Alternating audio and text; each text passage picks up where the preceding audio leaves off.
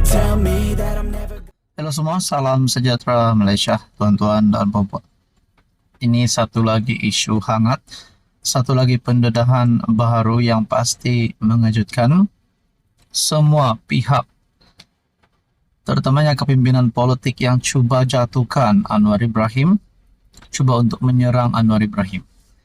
Baru-baru ini kita dikejutkan dengan himpunan yang memprotes kerajaan, bahkan sehingga banyak serangan yang diterima oleh PMX.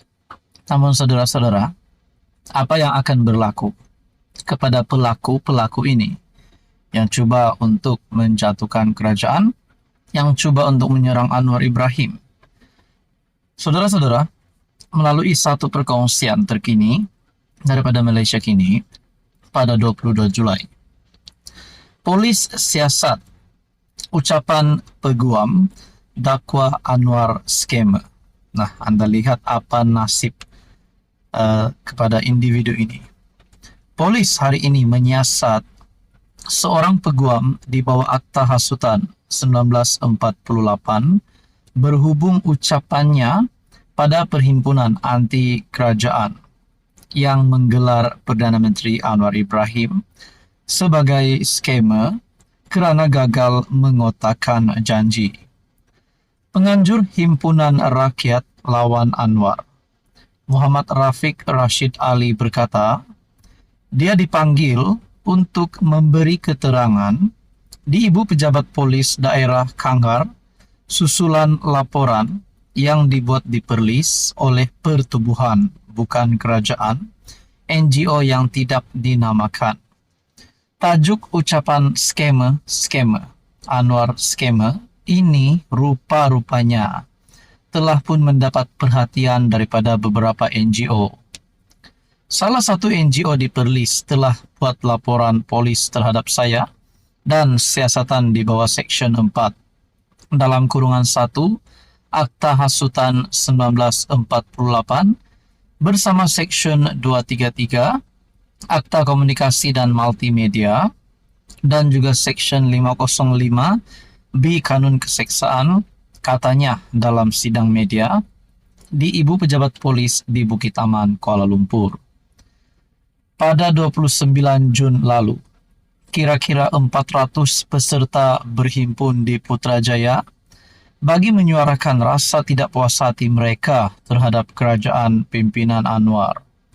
Rafiq yang turut berucap dalam perhimpunan itu menyebut mengenai 6 penipuan utama, termasuk penggunaan berterusan undang-undang lapuk seperti Akta Hasutan terhadap pengkritik kerajaan, sedangkan PH pada suatu ketika dahulu berjanji memasukkan undang-undang drakonian itu.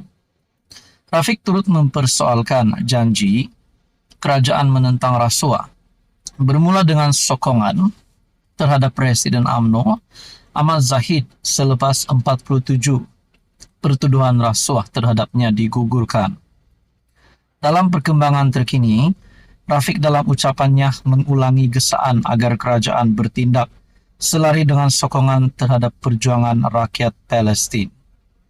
Saudara-saudara, saya tak nak mengulas lanjut berkaitan dengan artikel ini, namun inilah berlaku kepada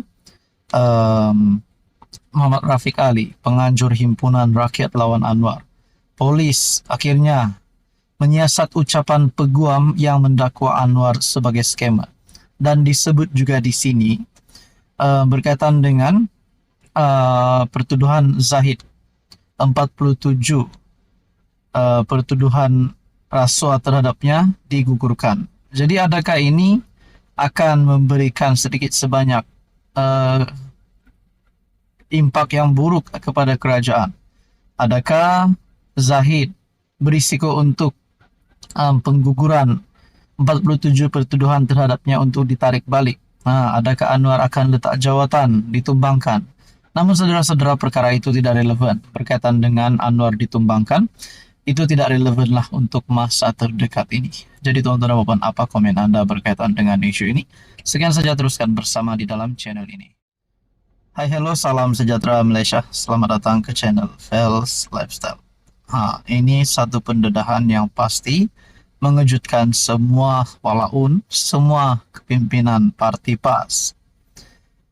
Sebelum ini, saudara-saudara, kita mendengar ada pemimpin daripada PAS yang keluar daripada parti, bahkan mewujudkan parti baharu. Berkaitan dengan ini, sudah pasti sosok tubuh ataupun pemimpin yang bermain di dalam fikiran kita tidak lain dan tidak bukan Menteri Pertanian hari ini, yaitu Muhammad Sabu ataupun Mat Sabu. Rupanya ini satu kelebihan Mat Sabu yang pasti menggerunkan PAS. Walaupun beliau sebelum ini pernah menjadi pemimpin di dalam PAS. Perkongsian daripada Harapan Daily pada 23 Julai, tinggalkan PAS, wujudkan amanah, langkah bijak Mat Sabu.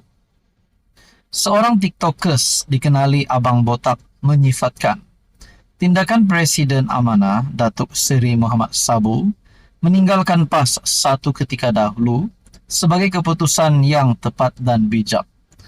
Sebelum saya meneruskan di dalam artikel ini, apakah sebab utama Mat Sabu tinggalkan PAS?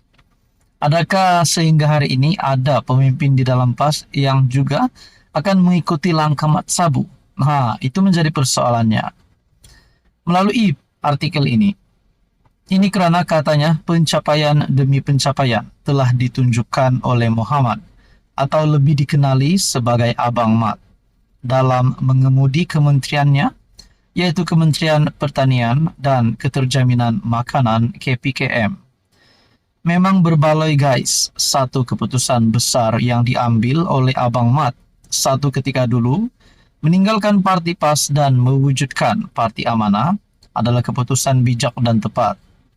Abang Mat yang menjadi Menteri Pertanian dan Keterjaminan Makanan telah menampakkan hasil yang baik dan memberi manfaat kepada rakyat Malaysia ketika kita memerlukan seorang pemimpin yang telus dan bekerja kuat.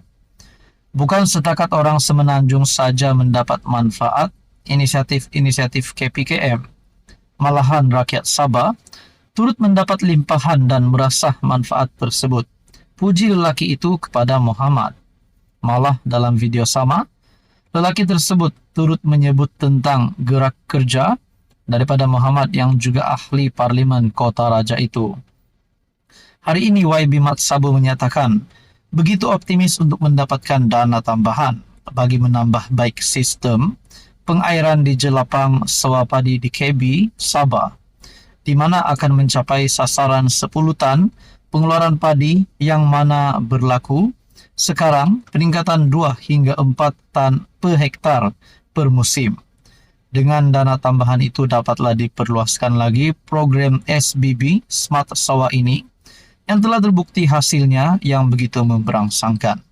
Ini kita pujilah Abang Mat kerana berani meninggalkan Parti PAS suatu ketika dahulu dan hari ini dapat menabur bakti dan memberi manfaat kepada semua rakyat Malaysia. Steady Abang Mat, salute, kata lelaki itu sebelum mengakhiri videonya. Jadi tuan-tuan dan puan, ini bukti Mat Sabu layak untuk memegang jawatan sebagai di dalam KPKM. Jadi nak kata Mat Sabu digesa letak jawatan, tak relevan lah kan.